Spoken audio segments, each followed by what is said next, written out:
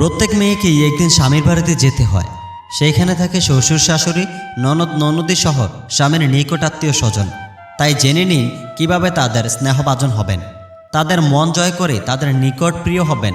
স্বামীর নিকট আত্মীয়দের কাছে স্নেহভাজন হবার 10টি সেরা টিপস থাকবে আজকের এই ভিডিওতে। 1. স্বামীর পরিবারের লোকজনের সাথে অত্যন্ত সুন্দরভাবে মিলেমিশে চলবেন। 2. যাবতীয় আচরণ, উচ্চারণ, চলাফেরা ও কথাবার্তায় আদব ও শিষ্টাচার প্রদর্শন করবেন। 3. ছোটদেরকে স্নেহ করবেন ও বড়দেরকে সম্মান করবেন।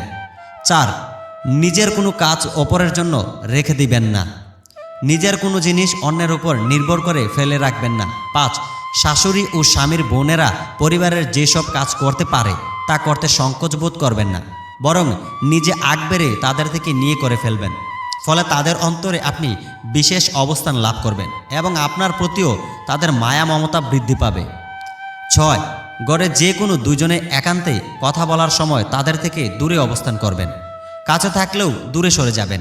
দুজনে মিলে কি বলল না বলল তা জানার জন্য পেছনে পড়বেন না। তারা আপনার সম্পর্কে কিছু বলছে, এ জাতীয় অহেতুক ধারণা করতে যাবেন না। 7. বিশেষভাবে লক্ষ্য রাখবেন যে শ্বশুরওয়ালা যেন আদব ও শিষ্টাচার পরিপন্থী কোনো কিছুই আপনার থেকে প্রকাশ না পায়।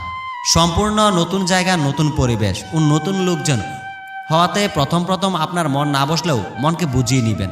সেখানে নিজ বাপের বাড়ির জন্য কান্নাকাটি করে বিব্রতকর অবস্থা সৃষ্টি করবেন না, কারণ যেখানের জন্য আপনার এই কান্নাকাটি সেখানে যাওয়া মাত্রই আপনি আসার জন্য ব্যস্ত হয়ে পড়বেন না। 8. অহেতুক কথাবার্তা বলতে যাবেন না। যা বলবেন ধীর স্থিরভাবে চিন্তা ভাবনা করে বলবেন। নিজে এত অধিক কথাবার্তা বলবেন না যা অন্যদের জন্য বিরক্তিকর কারণ হয়। আবার এমন নীরবতা পালন করবেন না যে আপনার মুখ থেকে শব্দ বের করতে তোষামোদের প্রয়োজন হয়, কেননা এটাকে মানুষ শিষ্টাচার ও বিরোধীও অহংকার মনে করে থাকে। 9.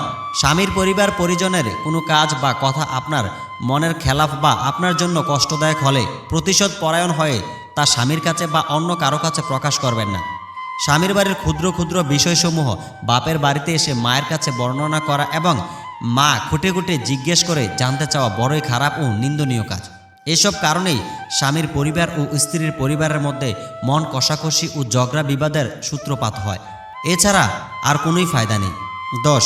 স্বামীর মা বাবা যদি জীবিত থাকে এবং স্বামী তার উপার্জিত সমস্ত টাকা পয়সা আপনার হাতে না দিয়ে মা বাবার হাতে দিয়ে দেয়, তাহলে এটাকে আপত্তিকর মনে না করে বরং আপনি তার প্রশংসা করবেন। এমনকি আপনার হাতে দিতে চাইলেও আপনি তা গ্রহণ না করে শ্বশুর শাশুড়ির হাতে দেওয়ার পরামর্শ দিবেন। জ্ঞান ও বুদ্ধিমত্তার পরিচয় এটাই।